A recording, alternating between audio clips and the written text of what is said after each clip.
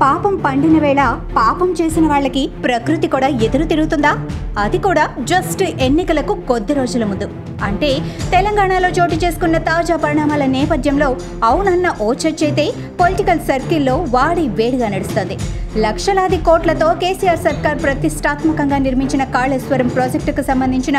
Medigadda reservoir పిల్లర్లు కుంగటం, అలాగే విశ్వనగరం హైదరాబాద్ సమీపంలో మోయినాబాద్లోని కనకమ్మ గుడిలో ఇండోర్ స్టేడియం కూలటం, ఆ ఘటనలో 4 మృతి చెందగా 10 మంది గాయపడటం చూస్తుంటే ఈ కేసీఆర్ సర్కార్పై ప్రకృతి కూడా పగబట్టిందనేందుకు ఇవే సాక్ష్యాలన్న ఓ ప్రచారం సైతం సదరు సర్కిల్లో వైరల్ అవుతోంది. అయితే మేడిగడ్డ రిజర్వాయర్ పిల్లర్లు కుంగిన ఘటనలో నిశ్శబ్దం పాటించాలంటూ గులాబీ పార్టీ శ్రేణులను సీఎం కేసీఆర్ ఆదేశించడంతో ఈ ఘటన దాదాపుగా మరుగున పడిపోయిందని, కానీ ఆ తర్వాత జరిగిన మోయినాబాద్ ఇండోర్ స్టేడియం కూలిన ఘటన అయితే మీడియాలో కూడా అంతగా ప్రాచుర్యం లభించలేదన్న ఓ చర్చ సైతం కొనసాగుతోంది. కలిసొచ్చే కాలం వస్తే అన్నీ ఒక్కొక్కటిగా కలిసి వస్తాయని, దానికి ప్రకృతి కూడా సహకరిస్తుందని, కానీ అదే పోయే కాలం వస్తే మాత్రం పోతే అన్నీ ఒక్కసారిగా తుడిచిపెట్టుకొని పోతాయని, లేకుంటే ఒక్కొక్కటిగా వెళ్ళిపోతాయని, వాటికి ప్రకృతి సైతం సహకరిస్తుందన్న ఓ చర్చ సైతం పొలిటికల్ సర్కిల్లో హల్చల్ చేస్తోంది.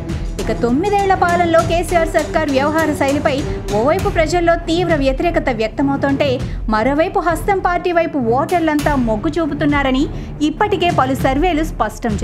చేస్తున్నాయని, అలాంటి వేళ తమను గెలిపించాలంటూ ఎన్నికల వ్యూహకర్త ప్రశాంత్ కిషోర్ను కేసీఆర్ ఫ్యామిలీ ఆశ్రయించిన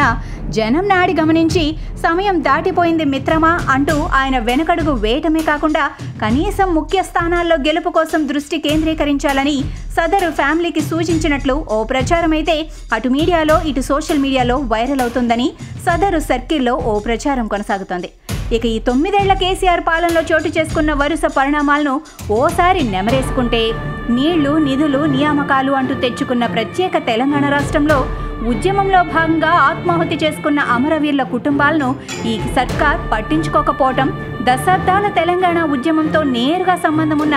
గద్దర్కు సైతం సీఎం కేసీఆర్ అపాయింట్మెంట్ ఇవ్వకపోవటం, దీంతో సీఎం క్యాంపు కార్యాలయం బయట ఆయన వెయిట్ చేసి విసుగొచ్చి వెనుతిరిగి వెళ్లిపోవటం, అలాగే ప్రముఖ దర్శకుడు జాతీయ పురస్కార గ్రహీత బి నరసింహరావు సైతం మంత్రి కేటీఆర్ అపాయింట్మెంట్ కోసం దాదాపు 40 రోజుల పాటు రోజు విడిచి రోజు ప్రయత్నించి విసుగు చెందటం, అదే సమయంలో టాలీవుడ్ ప్రముఖ నటుడు వివాహ రిసెప్షన్కు కేటీఆర్ హాజరు కావటం, ఆ సమయంలో సదరు నటుడితో దిగిన ఫోటోను కేటీఆర్ ఎక్స్లో పోస్ట్ చేయటం, దీంతో ఆ ప్రముఖ దర్శకుడు అదే ఎక్స్ వేదికగా ఏం కేటీఆర్ వాడు అంత బాగా నచ్చాడా అంటూ తెలంగాణ ఐటీ పరిశ్రమల శాఖ మంత్రి గారికి చురకలంటించటం, ఇక తెలంగాణ రాష్ట్ర పబ్లిక్ సర్వీస్ కమిషన్ నిర్వహిస్తున్న పరీక్షా పేపర్లు వరుసగా లీక్ అవుతున్నా కఠిన చర్యలు తీసుకోకపోవటం, అలాగే ఇంటర్ ఫలితాల వెల్లడిలో సైతం తప్పుల తడకలుగా మారటం, దీంతో ఎంతో మంది ఇంటర్మీడియట్ విద్యార్థులు బలవన్మరణాలకు పాల్పడటం, ఈ అంశంపై అటు నాటి విద్యాశాఖ మంత్రి జగదీష్ రెడ్డితో పాటు సీఎం కేసీఆర్ సైతం నోరు మెదపకపోవటం, ఆ క్రమంలో జగదీష్ రెడ్డిని మరో శాఖకు కేటాయించటం, అలాగే తెలంగాణ ఏర్పడిన తర్వాత పలు ప్రమాదాలు చోటు చేసుకున్నాయని, ఇంకా సోదాహరణంగా వివరించాలంటే ముసాయిపేట, కొండగట్టు వంటి దుర్ఘటనలు చోటు చేసుకున్నప్పుడు ఎంతోమంది మరణించారని, ఆ సమయంలో ఆయా కుటుంబాలను కేసీఆర్ పరామర్శించిన దాఖలాలైతే లేవని, అదేవిధంగా విశ్వనగరం హైదరాబాద్ మహానగరంలోనే కాదు రాష్ట్ర వ్యాప్తంగా బస్సులు, సిటీ బస్సులు దగ్ధం చేసి ప్రయాణికులను ఇబ్బందులకు గురి చేయటం, అలాగే ఆర్టీసీ బస్సులను కార్గో సేవల కోసం వినియోగించి ఆదాయం కోసం ఇదే సర్కార్ వెంపర్లాడటం, ఇక తెలంగాణ ఉద్యమంతో సంబంధం ఉన్న వారందరినీ పక్కన పెట్టి ఈ ఉద్యమంతో ఏమాత్రం సంబంధం లేని వాళ్ళందరినీ సీఎం కేసీఆర్ తన కేబినెట్లోకి తీసుకోవటమే కాకుండా వారిని కోటరీలుగా నియమించుకోవటం, ఇక మీరు ముఖ్యమంత్రి కదా సెక్రటేరియట్కు ఎందుకు రారంటూ సీఎం కేసీఆర్ను ఓ విలేకరి ప్రశ్నిస్తే ముఖ్యమంత్రి ఎక్కడుంటే అదే సెక్రటేరియట్ అంటూ తిక్కగా జవాబివ్వటమే కాకుండా చాలా పటిష్టంగా ఉన్న సెక్రటేరియట్ కూల్చి ఆ స్థానంలో కొత్త సెక్రటేరియట్ నిర్మించటం, అలాగే ఢిల్లీ మద్యం కుంభకోణంలో గులాబీ బాస్ కేసీఆర్ కుమార్తె కల్వకుంట్ల కవిత పేరు ప్రధానంగా వినిపించటం, ఆ క్రమంలో ఆమె పలుమార్లు ఢిల్లీలో ఈడీ విచారణకు హాజరు కావటం, దీంతో కేసీఆర్ పార్టీలోని ఎమ్మెల్యేలు, మంత్రులు, వివిధ కార్పొరేషన్ చైర్మన్లంతా ఢిల్లీ చేరుకొని కవితకు మద్దతుగా నిలబడడం. అయితే ఇదే కేసులో కల్వకుంట్ల కవిత నేటికి అరెస్టు కాకున్నా ఆమె మాజీ ఆడిటర్ బుచ్చిబాబు, అలాగే ఇదే మద్యం కేసులో అన్నీ తానే వ్యవహరించిన శరశ్చంద్రారెడ్డిలను ఈడీ అరెస్టు చేయటం, అనంతరం వారిని తీహార్ జైలుకు తరలించడం, ఆ తర్వాత వారిద్దరూ బెయిల్పై విడుదల కావటం జరిగిందని, ఈ మొత్తం ఎపిసోడ్లో గులాబీ బాస్ కేసీఆర్ ఢిల్లీలోని బీజేపీ పెద్దలతో